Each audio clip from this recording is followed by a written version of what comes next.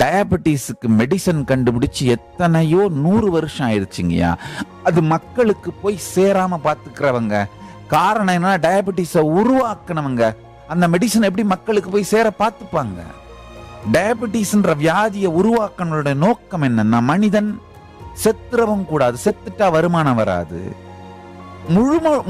முழுக்க ஆரோக்கியமாவும் இருந்துடக்கூடாது, அப்பவும் வருமானம் வராது.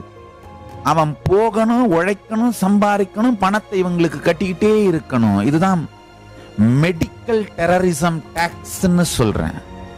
மருத்துவ தீவிரவாத வரி. பணம் சுரக்கின்ற இயந்திரமாக மனிதன் இருக்க வேண்டும் என்பதற்காக அவனை மருத்துவ ரீதியாக அடிமைப்படுத்தி வைத்து கொடுமைப்படுத்தி பறிக்கப்படும் பணம் மருத்துவ தீவிரவாத வரி.